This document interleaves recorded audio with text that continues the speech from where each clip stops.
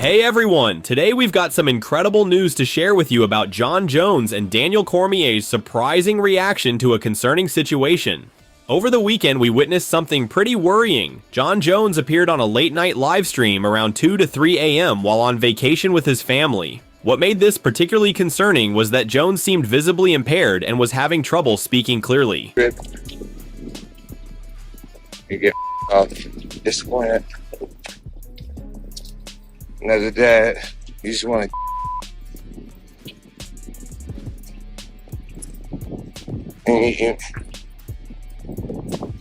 Now here's where things get interesting.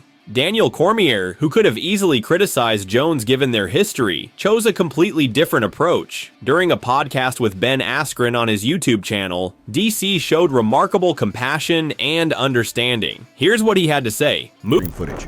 Can I be honest with you? And I don't like bullies. I don't like being supportive. So Jon Jones the other day was like freaking out walking down the street, and he was saying some crazy stuff about his kid. Ben, you know what's crazy, man? You said he was on vacation. I didn't know he was on vacation. If he was on vacation, haven't we all been there? Maybe not that extreme, but it's like our kids drive us crazy. And you know what the worst part is? When you go back to that hotel room, you're the bad guy. Everybody's found a way to make you're the bad guy because you're upset about them being bad. I don't want to defend him, but I mean, come on, man. He's got like, not saying you're gonna, but like, oh my God, my children are being so bad. Have we not all been there? Moving on to some exciting fight news. When the UFC returns to Vegas on March 8th for UFC 313, we're in for an absolute treat. Dan Hooker and Justin Gaethje are set to co-headline in what promises to be an absolutely brutal 5-round war. Both these warriors have given us some unforgettable battles, and Hooker's recent interview with ESPN Australia was incredibly raw and honest. You won't believe what Hooker said. He's already mentally prepared himself for how this fight will end. I know full well 100% that this fight is going to end no matter whether his arm gets raised or my arm gets raised, then I'm going straight on a stretcher, straight into the back of an ambulance. The conviction in his words shows just how committed he is to this fight, adding, "I've accepted, I've come to terms with that, that's how this night is going to end. I've come to terms with that, so I've embraced that, so if someone's not ready to go to the lengths that I'm willing to go to, then they're going to have a hard night." But wait, there's more. Hooker dropped some exciting news about Alexander Volkanovski's next fight. He revealed that Volk and Kai Kara-France are likely to share the same card in April. As he put it, "I'm pretty sure Alex and Kai will be on the same card. I would have liked for the three of us to be fighting in April together, but I got chucked in a little earlier. I'll get to enjoy my fight in March, then hopefully be sitting cage side with the Mojito and enjoy the fights there with the boys." Now let's dive into some serious drama between Dricus du Plessis and Belal Muhammad. Things got heated when Belal mentioned his plans to move up to 185 pounds to make way for Islam Makhachev's welterweight title pursuit. What really stirred the pot was Belal's bold claim that fighters like DDP and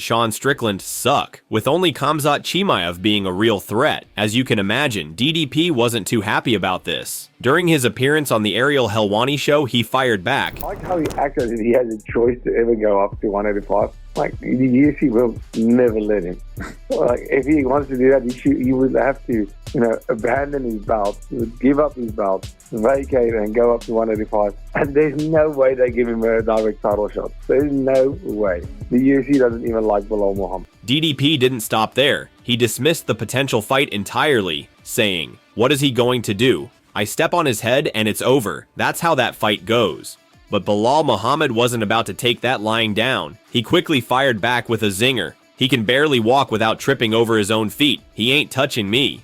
To drive his point home, he even posted a clip of DDP accidentally taking himself down while trying to throw Brad Tavares from the clinch, adding, "This guy's going to beat me?" The back and forth continued when Mayhem Miller got involved, suggesting Muhammad couldn't slap DDP like he did Leon Edwards. Belal's response was golden. "I don't gotta pick him up. I'll just push him and he'll fall over. He got 2 left feet." When a troll tried to call him out, Belal hit back with style.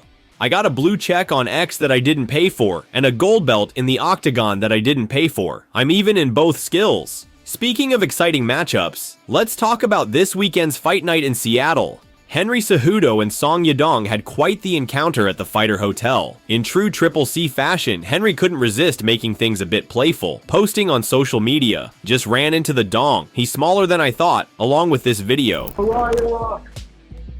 I couldn't get this. I can't go back. So guys, how are you? Good to see you. What's up? How are you? I'll see you Saturday. Yeah.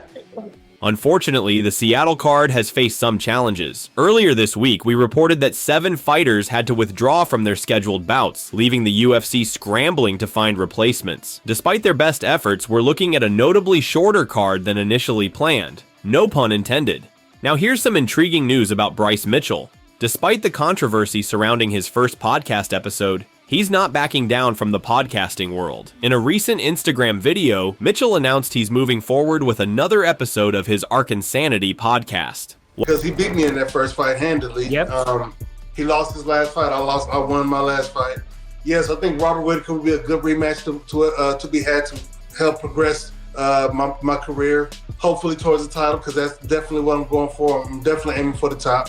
So theoretically, that would be the one. Yes. While Dana White has stated he won't discipline Mitchell for his controversial first episode comments, it'll be fascinating to see how the UFC president responds to the show's return, especially given all the negative publicity. In more positive news, Alex Pereira has shown a willingness to build bridges with Jamahal Hill. Remember when these two nearly came to blows at the UFC's PY? Hill had approached Pereira to talk trash, and Pereira offered to settle things right then and there. But now, speaking through his coach and translator PLO Cruz on Straight Talk with Mark Boris, Pereira expressed openness to future friendship. Right now at the moment, no, because of a potential fight in the future. We fight in the same weight class, Pereira explained. But if it happens just like Israel Adesanya, I'm not fighting him anymore, I have no problem with that. We can be friends, train together, no problem for me. Though it's worth noting that Hill might feel differently, especially after UFC 300, where he felt Pereira used a weird, confusing moment after a low blow to secure his knockout victory. Let's talk about Jared Cannonier's bold move. Fresh off his impressive 4th-round victory over RoboCop, he's got his sights set on Robert Whitaker. During an appearance on Michael Bisping's Believe You Me podcast, now co-hosted by Paul Felder, Cannonier made his case for why this rematch makes perfect sense. Because he beat me in that first fight handily. Yep.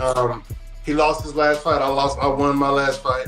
Yes, I think Robert Whitaker would be a good rematch to be had to help progress my career. Hopefully towards the title, because that's definitely what I'm going for. I'm definitely aiming for the top.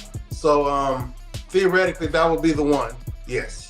The timing could work out perfectly. Whitaker, who's coming off a first-round submission loss to Khamzat Chimaev in October, is targeting a June return after having his bottom teeth removed. With Cannonier just 2 spots behind Whitaker in the rankings, this matchup could be exactly what both fighters need. Let's wrap up with some breaking UFC updates. First, some exciting last-minute news for UFC Fight Night Seattle. Paige Van Zant's husband, Austin Vanderford, is making his UFC debut on short notice against Nikolai Veretennikov. This opportunity came after Veretennikov's original fight last weekend was rescheduled. Looking ahead to UFC Vegas 104, we've got Josiane Nunes facing Priscilla Cachoeira in what promises to be an explosive bantamweight bout. Both fighters are hungry to snap their 2-fight losing streaks. Nunes is coming off a split decision loss to Janice Kavanagh in August, while Zombie Girl is returning after more than a year away following her submission loss to Jasmine Jasudavicius. UFC 315 in Montreal is shaping up nicely with 2 new additions. Marc-Andre Barriault is taking on Bruno Silva, with our Quebec native looking to bounce back from his 3-fight skid after getting knocked out in November at UFC Fight Night Edmonton. Silva's situation is even more pressing as he's trying to break free from a 4-fight losing streak. In the women's division, Alexa Grasso is set to face Natalia Silva, hoping to recover from her UFC 306 loss to Valentina Shevchenko, while Silva aims to extend her impressive 5-fight winning streak that most recently saw her defeat Jessica Andrade.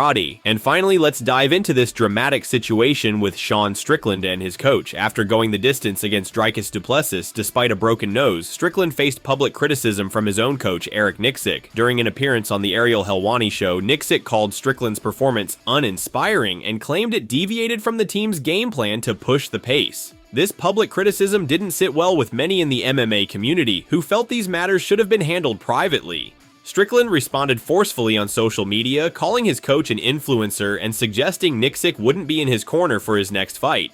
Nicksick has since acknowledged his mistake, responding to Matt Brown. "I agree, Matt. Looking back at it, I made a mistake. My true intentions were to try and motivate him publicly, and that was a miscalculation on my part. He further addressed the situation on his Versus podcast. But made a mistake by accepting the invitation to go on at the timing of where I was at. I just should have said, hey man, not a good time. And that's where I f***ed up. Should have never done it. Threw me for a loop was about 30 minutes before going on aerial. Sean is at practice with us, tells me all these things about how he felt weeks leading up to the fight. And it was very disappointing to hear where his headspace was and what his thought process was about being a champion or all these things. And that's personal. I should have known better. I took that energy and had to process that while I go on aerial. I f***ed up. I made a miscalculation in that moment in ever accepting to go on the show. Number two, my wording was piss poor. What I said was accurate. The fight was uninspiring. We all know Sean. That is not how Sean fights. Now, where my wording was wrong was when Ariel said, do you want to continue to coach Sean? On the heels of what he told me prior, my response should have been championship mindset. I guarantee you this, if I'm in his corner or not, do you think he's going to fight harder next time? Definitely. Here's where things get even more interesting. Another Xtreme Couture coach, Justin Jaynes, has revealed a different side to this story. He claims the real issue stemmed from a money dispute, where Nicksick sent Strickland a 5-paragraph text about money, only to be ghosted. According to Jaynes, this led to Nicksick venting his frustrations on the Ariel Helwani show. Here's what Jaynes had to say on 107 MMA. Sean, a very long text message. It's like 5 paragraphs talking about payment and so on and so forth. And again, I know what was talked about, but it's not the public's business. It's just, we'll just keep it at this. He sent him a very long text message wanting to talk about, their agreement, and Sean ghosted him. That obviously would be very upsetting if I'm calling somebody to talk about what I think I deserve and what I'm being paid, and they just don't answer. Imagine Eric had some emotion about that. And then to go on, Sean saying he didn't want to fight, he was only fighting for a paycheck. Well, you got to look at Eric's personal life. He has a family in Vegas. He has 100 other fighters that he works with. He has a gym that he manages. For him to take off the time to put into Sean, putting in an 8-week fight camp, then going to Australia for 2 weeks just for a guy that doesn't even care about winning, he felt that not only was he shorted financially, he was taking time away from his other fighters that do want to compete seriously, and he wasn't getting paid what he thought he deserved. All right. And I totally understand that, man. And I can understand now why he would come out and say the things he did out of frustration. At the end of the day, Eric was upset that, he's taking time away from people that deserve his time, mostly his family. Situation continues to evolve, and it'll be fascinating to see who ends up in Strickland's corner for his next fight. Stay tuned for more updates on this developing story.